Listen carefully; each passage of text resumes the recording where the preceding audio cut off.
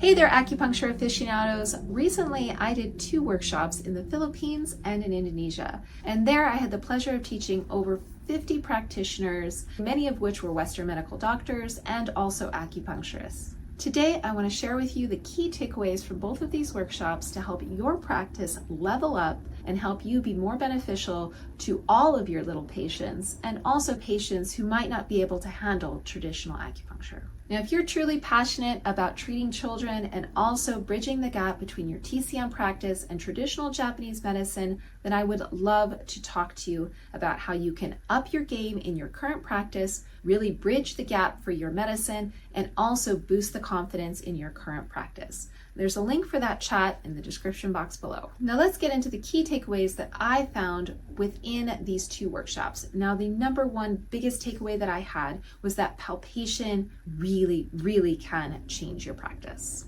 Dialing in your palpation so that you can diagnose deficiency, excess, cold, heat, and jaki with a quick and simple palpation stroke is not only necessary, but truly key to diagnosing and really elevating your Shonishin practice today. Some tips and tricks on how to do that from your living room, from your clinic, is you're going to want to make sure that your palpation is the weight of your hand.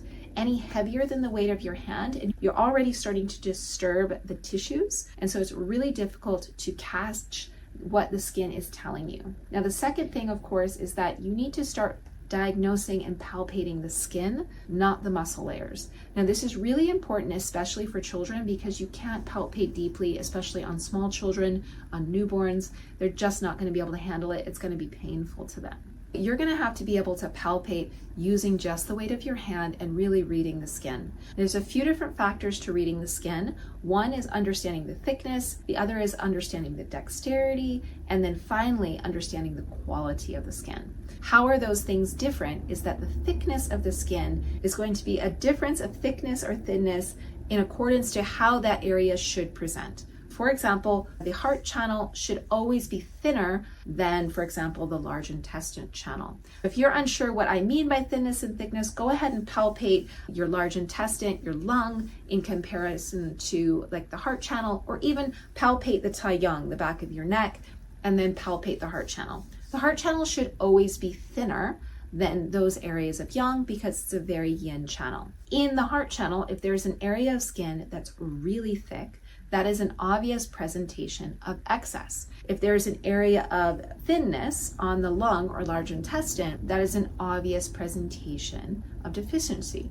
Thinness and thickness is always important when you find a place that's different than the rest. So make sure that the whole area has a presentation that is normal for that patient, but the deficiency or excess you find is different than the rest of the whole area. Cold and heat sometimes can be kind of hard to deduce. So just to give you some pointers, everything from the belly button up should be nice and cool.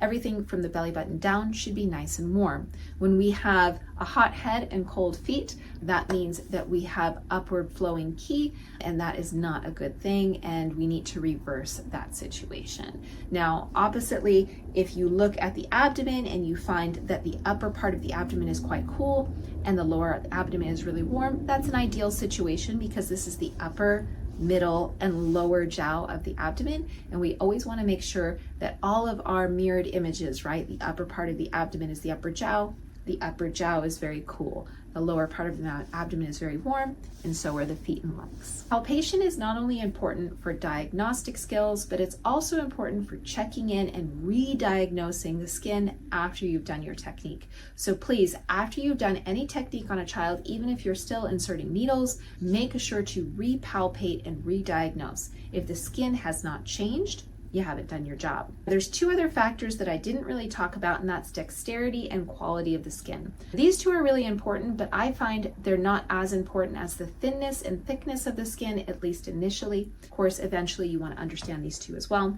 But just to tell you what they are, dexterity is how much dexterity the skin has, right? Is it easy to tear? Does it feel like it's paper thin? Or is it really robust and almost too thick?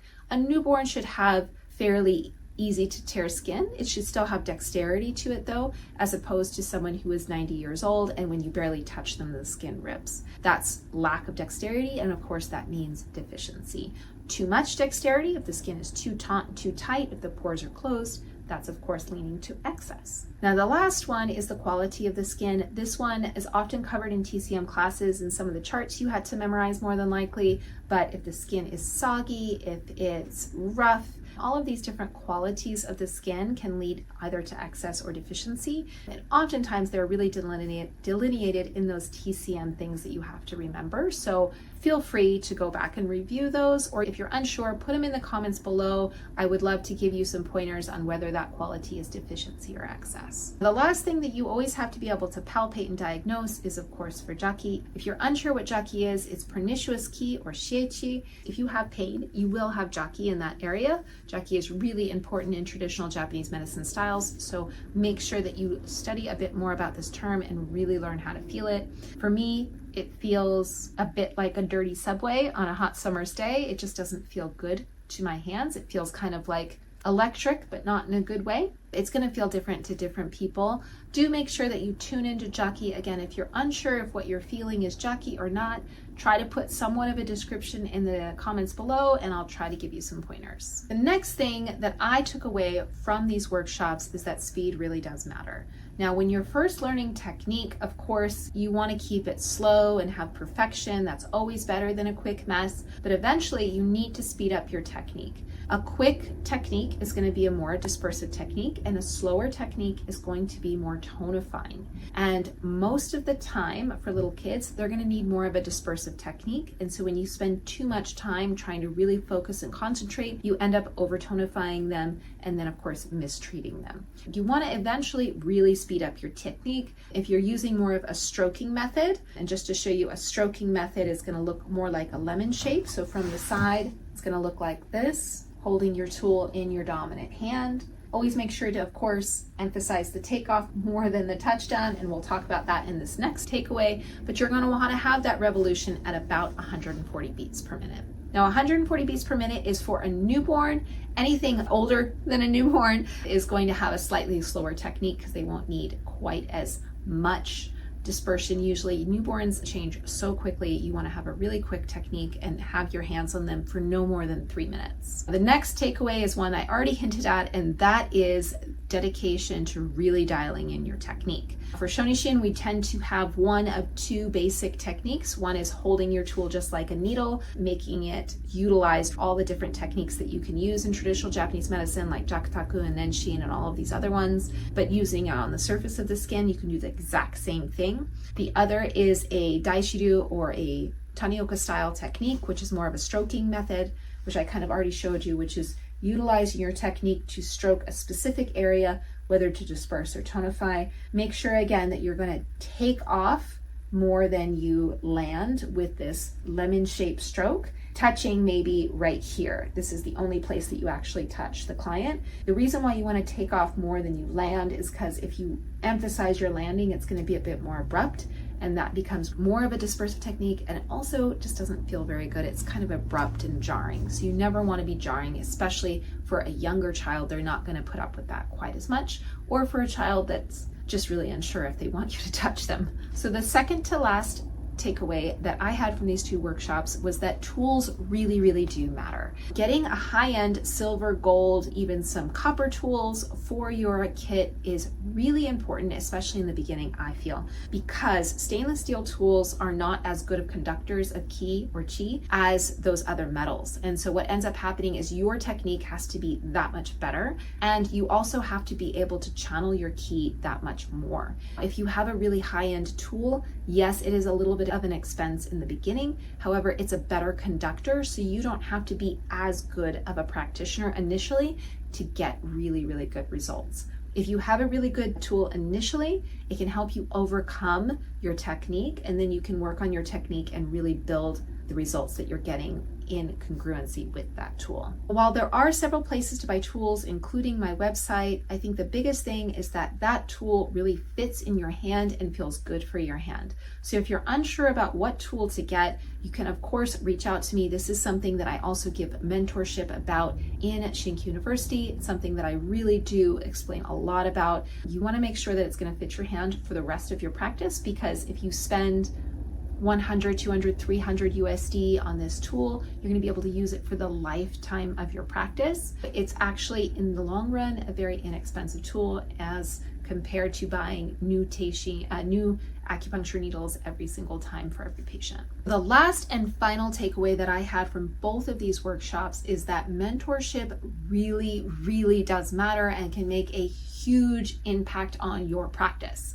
I really would like to drive this point home. I talk about it a lot on this channel, but when you have a mentor and a consistent teacher, instead of hopping from workshop to teacher, if you have a consistent teacher, a consistent mentor watching your practice, helping you answer questions as they come up, helping to direct your practice and direct your learning, it can really elevate your current practice, what you're doing right now, and it can help you expand your thoughts and expand your technique to places you didn't even know existed. So if that sounds exciting for you in your practice, let's chat. Let's have a conversation about where you are right now. And again, what's getting in your way, what kind of mentorship you need. If that sounds like a fit, go ahead and set up a chat with me in the description box below. Please don't forget to like this video if it was any help to you. It does help the algorithm spread this video to other practitioners learning and wanting to learn traditional Japanese medicine, including Shonishin. And if you're interested in learning more and having that chat, again, there's a link to it in the description box below. And if you would truly like to learn more about how to take care of those Shonishin tools, you're going to want to watch this video right over here.